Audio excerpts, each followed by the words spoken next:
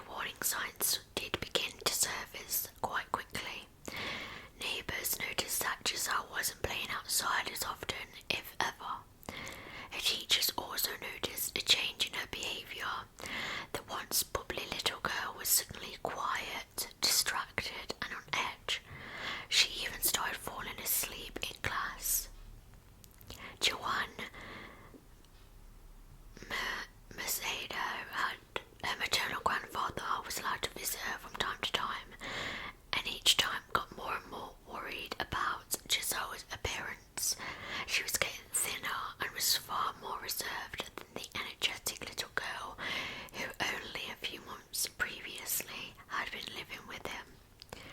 Helen, though, simply explained she'd stopped giving Gizzell sugar as it wasn't good for kids.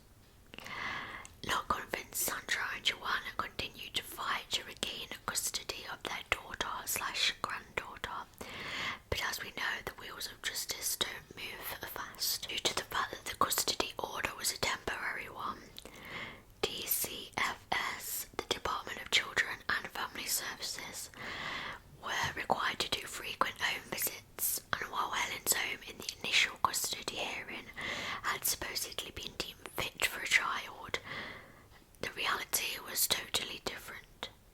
The second floor apartment was filthy, with trash strewn all over. Not only was the tiny home for the amount of people living there cluttered and poorly maintained, but they continually had roach infestations, which, and for a kid to live in that environment, that's just awful. It's like anyone to live in that environment, but especially kids, because it's like they could carry so many diseases, and it's just so uncleanly, and I don't know what the hell these checks, like, if they actually were seeing this or doing anything about it, but obviously not. Isn't they supposed to care about the kids? All things noted by DCFS but not acted upon during the welfare visits, and by not acted upon I mean didn't care, which is just awful. And someone else who didn't care, in my opinion, was a paediatrician by the name of Dr. Norelle Rosado, as well as claiming Gizzell's mum was homeless. Andre and Helen had also accused Sandra's boyfriend of SAing Gizzell, meaning that during that initial court hearing she had been referred for a medical evaluation. However, by the time the reveal had gone through, Gizzell had been living with Helen and Andre for 7 months, taking us to June 2013. 7 months, that's like half a year gone by. This kid could have been assaulted, and no one's doing anything about it. It's insane. But yet she can't live with her mom or her dad. Well, she's living with her dad technically because it's her grandmother's, that's with the dad, but it's just insane to me why the court chose that side when, I don't know if they knew that Andre was living with the grandmother, but yeah, I don't know. During her examination, Dr. Rosado noted marks, abrasions, scabs, and loop-shaped bruises on her body, specifically her thighs and buttocks, all signs that are associated with physical trauma. However, he deemed them non-specific and not indicative of abuse. But clearly it is, because it's a bruise. They are bruises, so how is that not abuse? The fact that it's all in that area as well, it's like a child wouldn't, realistically, even if they were a clumsy child, they wouldn't bruise in an area like that. So in nothing short of mind-boggling, he concluded that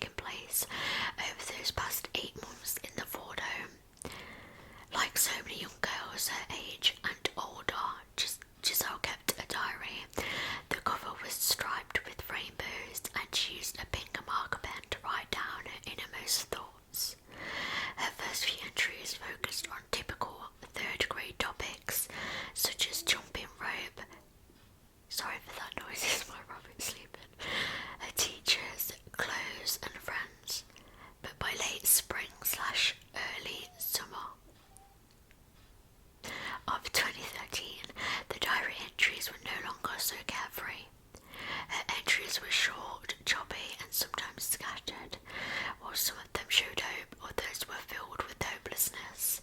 Devastatingly and far too late, they would show the world a raw, chilling look at a little girl trying to make sense of relentless abuse and still trying to be good, which is just heartbreaking. Like, this girl has, like, no one. So she uses her diary to express how she's feeling. I wish, like, it just makes me so upset because I just want to give her a hug. Like, the fact that this little girl was like on her own, and she felt so hopeless and so down and so distraught. Like, it's just so sad. One entry read, "I hope that I don't mess up today because I really want to be able to just sit down, watch TV, talk and play with everybody." And it's like, why is she messing up? Why are her grandmother telling her that she's messing up all the time when she's probably not? She's probably just being a kid. Then underneath in pencil, in what I guess was an update, she had written, "Not true, I failed. I hate this life because now I'm in super big trouble." Another entry said, "I know if I'm good and do everything I'm told, I won't have to do punishments." And what were those punishments? She was beaten, starved, gagged, and tied up for hours. The pole she would be tied to is attached to her dad's bed, where she was used as a human punching bag.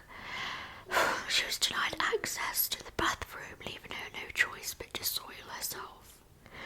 As a form of control and humiliation, she was forced to squat for long periods of time, sometimes overnight. Again, eerily similar to Arthur. This Arthur that they're mentioning, this is just someone, like, a story that I'm reading it off, so don't worry, I've not covered that case, if you're wondering. So, who it is and what they're going on about. Who is made to have his nose against the wall for hours and hours. Despite all this, she apologised. She blamed herself, because that's what happens when abuse is constant. It rewrites your sense of reality, and even the strongest spirit can be broken when there's no safe place to land. The missed opportunities from DCFS, from the paediatrician, or moments when someone could have said, "Wait, this doesn't make sense, something isn't right," came and went.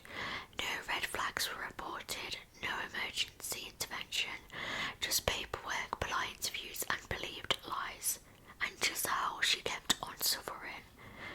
In one of her last diary entries she wrote, "I'm going to be a beautiful, smart and a good young lady. I can do anything I put my smart mind to," which is just,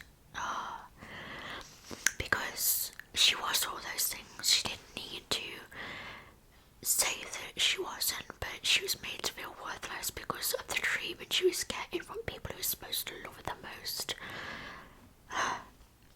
That's just awful. That was a quote that broke my heart into a million pieces, because even with everything happening, despite the physical pain, the punishments, the fear, this little girl still believed she had a future. She still believed she was going to get out. By early July 2013, the signs of abuse were no longer subtle. Gizzell was thin. Her skin was marked with healing wounds and open sores. She had bruises in various stages of healing. Her once vibrant energy had dimmed, but still she wrote in her diary. She wrote that she couldn't wait for school to start the following month so that she'd be out of the house. Except she would never get that chance. On July 13th, 2013, Helen Ford called 911. She told the operator that her granddaughter had stopped breathing, but nothing could have prepared emergency responders for what they would find when arriving at the apartment. Lying in a bedroom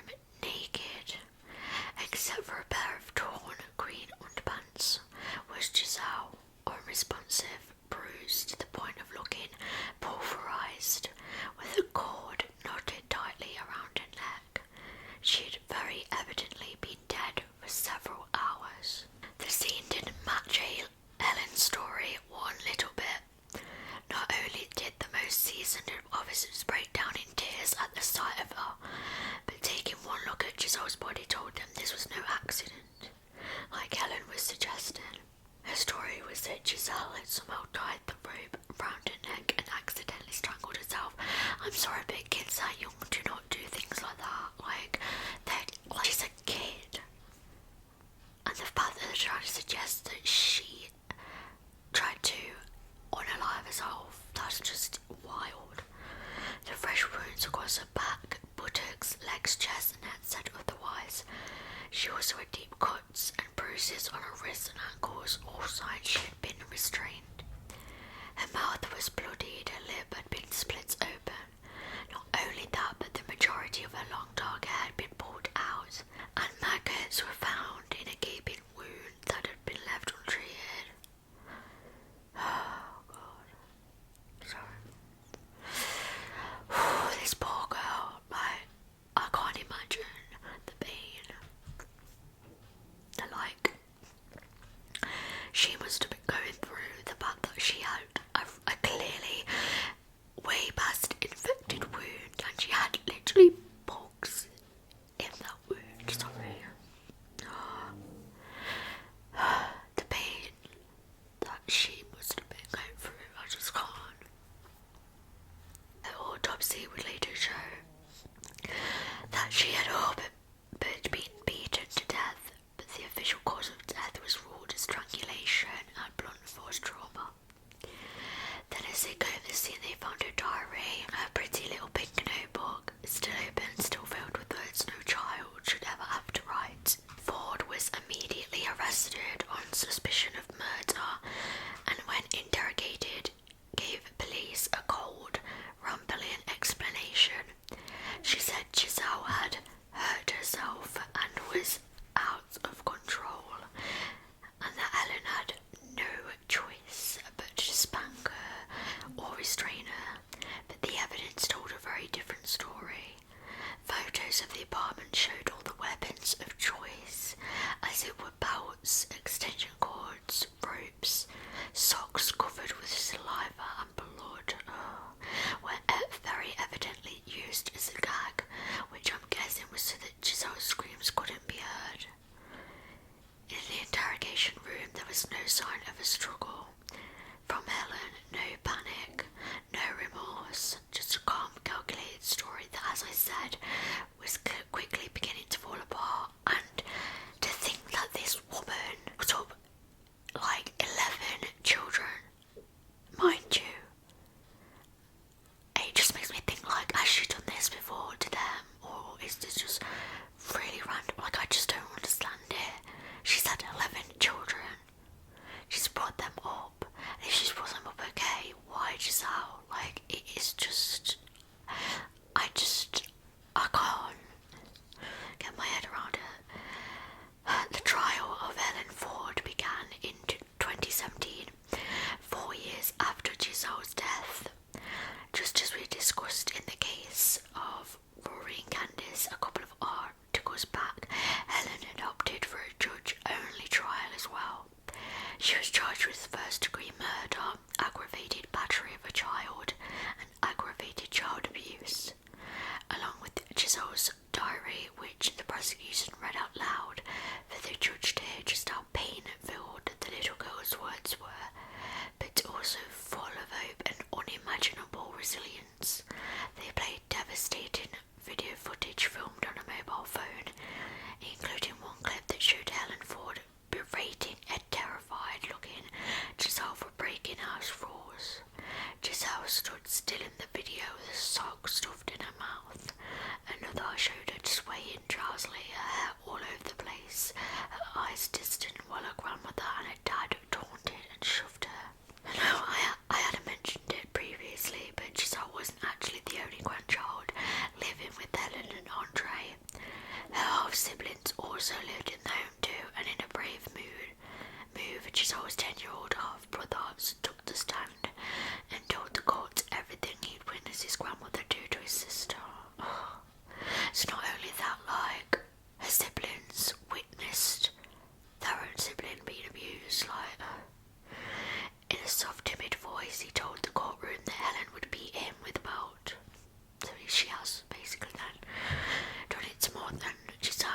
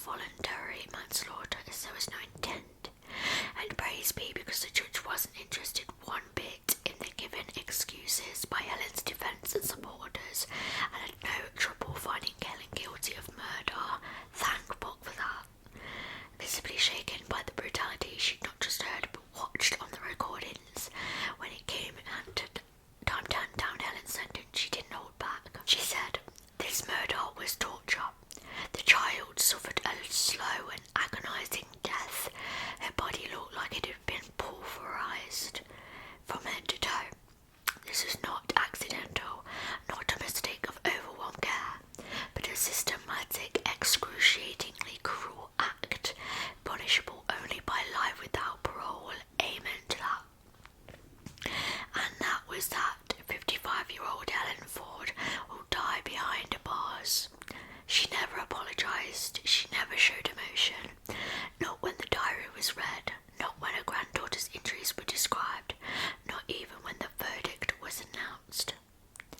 Now there's been one big omission in all of this that you may have picked up on.